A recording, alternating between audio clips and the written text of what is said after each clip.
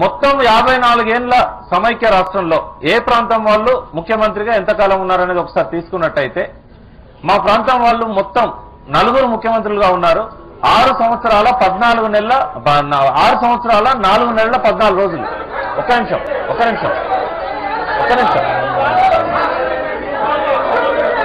మీరు అది కాదు బ్రేక్ చేస్తాను ఓకే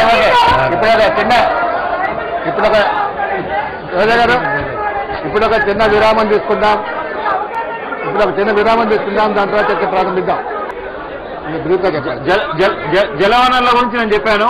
తర్వాత ఒప్పందాల ఉల్లంఘన గురించి ఒక్కొక్క విషయాన్ని చెప్తూ వస్తున్నాను. నేను ఉద్యోగాలలో మాకు ఎట్లా అన్యాయాలు జరిగినాయి అనేది చాలా చర్చ జరిగింది. దాని మీద ఒక్కసారి నేను దాన్ని బ్రీఫ్ గా మళ్ళీ నేను కంక్లూడ్ చేస్తాను.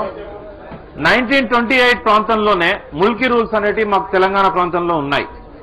ఎవరైతే 15 సంవత్సరాలు అక్కడ స్థిర నివాసం ఏర్పాటు చేసుకుని ఉంటారో వాళ్ళని లోకల్ క్యాండిడేట్స్ గా పరిగణిస్తారు. పెద్ద మనుషుల ఒప్పందంలో స్పష్టంగా దాన్ని అంగీకరించారు పెద్ద మనుషులంతా. ఈ ముల్కీ రూల్స్ అనేటివి కంటిన్యూ చేయాల్సిందే అని చెప్పి. తర్వాత కాలంలో ఏం చేశారు, 1964-65 వచ్చేసరికి దాన్ని 12 సంవత్సరాలకు కుదించారు. 15 సంవత్సరాలు స్థిర నివాసం అన్నది 12 సంవత్సరాలకు కుదించారు. అప్పుడు పెద్ద ప్రతిఘటన రాలేదు. ఆ తర్వాత ఏం చేశారు, 1968లో తెలంగాణ ఉద్యమం వచ్చిందే ఆ ఉద్యోగాలలో జరిగిన ఉల్లంఘన. దాదాపు 25,000 పోస్టులు, అంటే కమిటీ వేస్తే కమిటీ ద్వారా లెక్కలు తేలింది. అది 25,000 ఉద్యోగాలలో అక్రమంగా ముల్కీ రూల్స్ ఉల్లంఘించి భర్తీ చేశారు అని చెప్పి దానికి జీవో 36 అని ఆనాడు బ్రహ్మానంద రెడ్డి గారి ప్రభుత్వము జీవో 36 తీసి ఈ 25,000 మందిని వాళ్ళ ప్రాంతాలలోకి పంపియండి, అక్కడ ఉద్యోగాలు ఇవ్వండి, ఇక్కడ నుంచి తీసేయాలని చెప్పారు. ఆ ఒప్పందం మీద స్టే తీసుకొచ్చుకున్నారు. అది అమలు జరగలేదు. అది అమలు జరగకపోయేసరికి విద్యార్థులు రెచ్చిపోయారు. 69 ఉద్యమం ప్రారంభమైంది. దానికి ఆ పునాది అక్కడే ఉంది, ఆ జీవోలోనే ఉంది. తర్వాత ఏమైంది, దాన్ని సుప్రీంకోర్టు ఏం చేసింది, 1972లో ఈ ముల్కీ రూల్స్ చెల్లుతాయి, ఈ జీవో 36ను సపోర్ట్ చేస్తూ ముల్కీ రూల్స్ చెల్లుతాయి అని చెప్పింది. చెల్లుతాయని చెప్పిన తర్వాత దాన్ని గౌరవించాల్సిన సంస్కారం కేంద్ర ప్రభుత్వానికి ఉండాల్సింది. ఇక్కడ ఏమైందంటే, అయ్యో మరి అట్లా అనుకున్నప్పుడు మాకు ఇంకా ఉద్యోగాలే రావే హైదరాబాద్ లో, మాకేమీ లేనప్పుడు ఆ క్యాపిటల్ సిటీ మాకెందుకు, మాకు ఇది అవసరమే లేదు, మేము ప్రత్యేక ఆంధ్ర కావాలి మాకు అని చెప్పి ఇక్కడ జయాంధ్ర ఉద్యమం వచ్చింది. దాని మీద రాష్ట్ర పరిపాలన వచ్చింది. పివి నరసింహారావు గారిని 13 నెలలకే దించేశారు. రాష్ట్ర పరిపాలన పెట్టింది కేంద్ర ప్రభుత్వం. తర్వాత మీకు అందరికీ తెలుసు, ఆంధ్రలో ఉద్యమాన్ని మళ్ళీ శాంతియుతంగా ఉండేటట్టు చేయడానికి మళ్ళా కేంద్ర ప్రభుత్వం ప్రతిపాదన తీసుకొచ్చింది. అది 3వసారి. అంతకుముందు పంచసూత్ర పథకాలు వచ్చాయి, తర్వాత అష్టసూత్ర పథకాలు వచ్చాయి ఇందిరాగాంధీ పీరియడ్ లో. మళ్ళీ ఇప్పుడు 6 సూత్రాల పథకం అనే ఒక కొత్త ప్రతిపాదన తీసుకొచ్చారు. అందులో 12 ఏళ్ళు ఉన్న ముల్కీ రూల్స్ ని 4 ఏళ్లకు కుదించారు. మరి సుప్రీంకోర్టు జడ్జిమెంట్ అడ్డం వస్తుంది కదా అంటే ఆ జడ్జిమెంట్ ను రద్దు చేయడానికి ఒక కొత్త చట్టం తీసుకొచ్చారు. అంటే సుప్రీంకోర్టు తీర్పులను కూడా రద్దు చేసి ఆ చట్టం వచ్చింది. అంటే మాకు ఏం ఆవేదన ఉంటుందంటే, మాకు ఒప్పందాలు ఉల్లంఘన జరుగుతాయి, అక్రమంగా వచ్చిన ఉద్యోగాలలో పొమ్మంటే జీవోలు ఇచ్చినా కూడా వాటికి విలువ ఉండదు. ఆఖరికి అత్యున్నత న్యాయస్థానం మనకు రక్షణగా వచ్చినా కూడా దాన్ని కూడా ఖాతరు చేయకుండా తీర్పులు చెప్పి మమ్మల్ని ఇట్లా ఇబ్బంది పెడుతున్నారే అనే భావన అది మనసులో పడిపోయింది. నేను అప్పుడు ఇంటర్మీడియట్ చదువుతున్నాను. ఆ రోజుల్లో ఆ భావన ఈ రోజు ఈ రూపంలో బయటకు వచ్చింది. అంటే మనోభావాలు ఎట్లా గాయపడతాయి, ఎట్లా పెరుగుతాయని చెప్పడానికి ఒక సైకలాజికల్ కోణం నుంచి నేను చెప్తున్నాను మీకు. ఆ తర్వాత కాలంలో ఏం జరిగింది, పోనీ అదైనా అమలు జరిపారా? 4 ఏళ్లు లోకల్ క్యాండిడేట్ సర్టిఫికేట్ అంటే అదైనా అమలు జరిపారా? దానికి వాళ్ళు ఒక వివరణ ఇచ్చారు. ఏది లోకల్ క్యాండిడేట్, 4 ఏళ్ళు అంటే ఏది 4 ఏళ్ళు అంటే 4 ఏళ్ళు వచ్చి ఉండడం కాదు, 10th క్లాస్ కంటే ముందు 4 ఏళ్ళు అక్కడ చదివి ఉండాలి. ఎట్లా ఉల్లంఘన చేసిందంటే దాన్ని 4 ఇయర్స్ ఇక్కడ ఉన్నట్టుగా సర్టిఫికేట్ తీసుకొచ్చేసి ఉద్యోగాలు తీసుకున్నారు. ఈనాటి వరకు కూడా ఇన్ఫర్మేషన్ ఇవ్వమంటే డిపార్ట్మెంట్ హెడ్స్ ఇవ్వరే. 132 డిపార్ట్మెంట్లు ఉంటే కేవలం ఒక్కడు తెలంగాణ వాడు హెడ్ ఆఫ్ ది డిపార్ట్మెంట్ ఉన్నాడు. 131 శాఖలలో తెలంగాణ ఏతరులు ఉన్నారు. వాళ్ళు ఇక్కడ వాళ్ళే కావచ్చు, బయట రాష్ట్రాల వాళ్ళే కావచ్చు. బట్ ఇప్పటికి కూడా ఏంటంటే కేవలం ఒక 7 శాఖలలో మాత్రమే ఇన్ఫర్మేషన్ వచ్చిందండి. 7 డిపార్ట్మెంట్లు వాళ్ళ బుక్ సర్వీస్ రికార్డ్ తీసి 4 ఏళ్ల ముందు వీళ్ళు ఎక్కడ చదివారు అనేది మాత్రం 7 శాఖలలో మాత్రమే వచ్చింది ఈ రోజు వరకు. అందరూ హెల్ప్లెస్ అని చేతులు ఎత్తేశారు. దానికోసం గిరిగిలాని కమిటీ వచ్చింది, అసెంబ్లీ కమిటీ వచ్చింది, దానికోసం ఒక 3 IAS ఆఫీసర్ల కమిటీ వచ్చింది. ఒకసారి ఆ చరిత్రలోకి వెళ్తే ప్రతి కమిటీ కూడా రిమార్క్స్ పాస్ చేసింది, మాకు డిపార్ట్మెంట్ హెడ్స్ మాకు సహకరించలేదు. అయితే ఇట్లా ఉద్యోగాలలో ఆ తర్వాత కాలంలో ఎన్టీ రామారావు గారు ఏం చేశారు, ఒక జీవో 16 అని తీసుకొచ్చారు. ఆ 25,000 అట్లాగే పోయింది. అది జీవో 36 ఈనాటికి కూడా అమలు జరగలేదు. 1984లో ఉద్యోగ నాయకుల కోరిక ప్రకారము ముగ్గురికి ఆఫీసర్ల కమిటీ వేశారు. ఆ కమిటీ తేల్చింది ఏంటంటే 59,400 ఉద్యోగాలు అక్రమంగా భర్తీ చేశారు అని. మరి దాని మీదనైనా జీవో 610 రిలీజ్ చేసి దాని మీద ఆయన కండిషనల్ ఆర్డర్ ఇచ్చాడు. జీవో 610 అనేది 3 నెలల్లో అమలు జరపాలి. మార్చి 31, 1985 3 నెలల్లో అమలు జరపాల్సింది ఇప్పుడు 2.5 దశాబ్దాలు అయింది, 24 ఏళ్ళు అయింది. అది ఇప్పటికీ అమలు కాలేదు. దాని సంగతి ఏందో మీకు అందరికీ తెలుసు.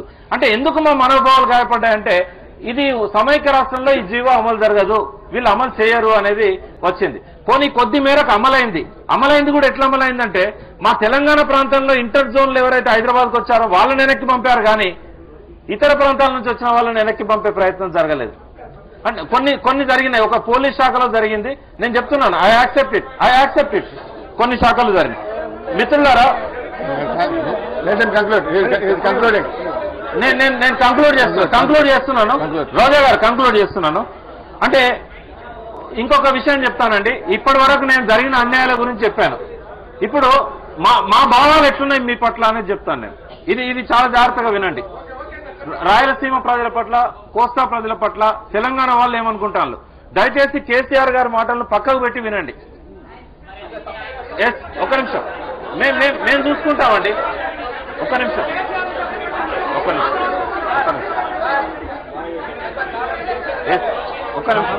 కేసీఆర్ కూడా జాయింట్ యాక్షన్ కమిటీ ఏర్పడ్డదండి. ఒక నిమిషం చెప్పండి.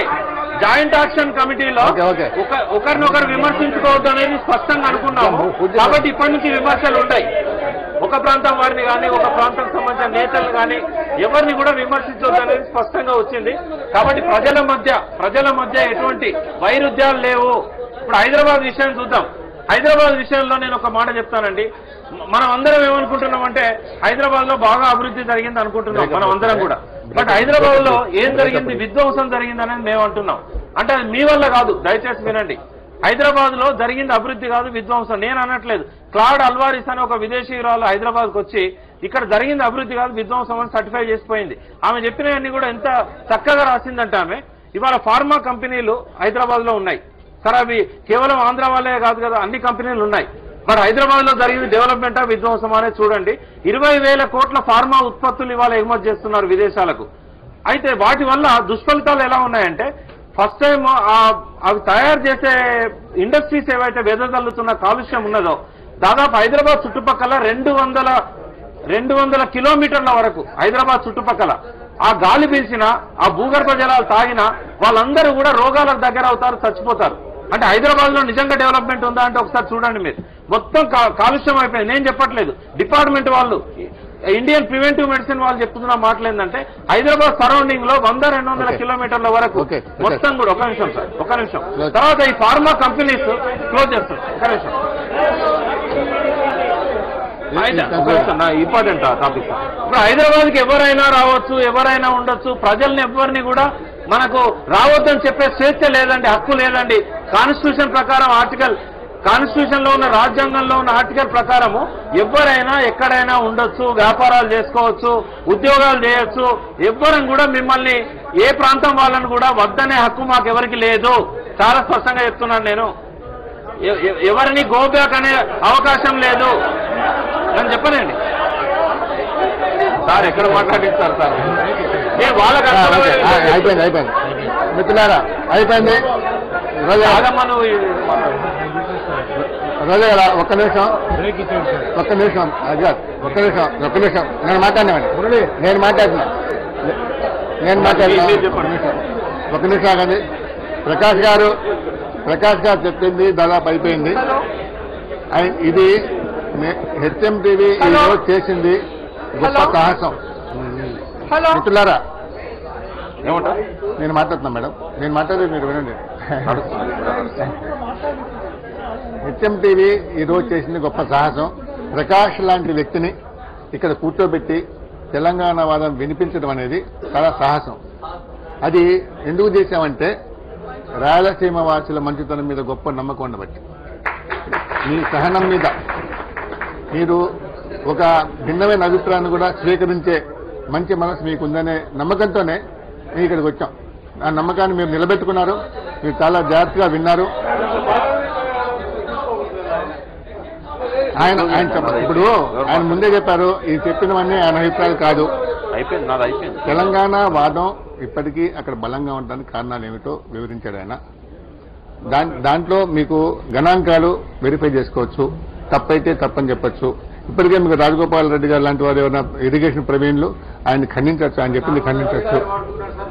ఒక్కొక్క విషయం నా అభ్యర్థన ఏంటంటే ఒక్కొక్క వక్త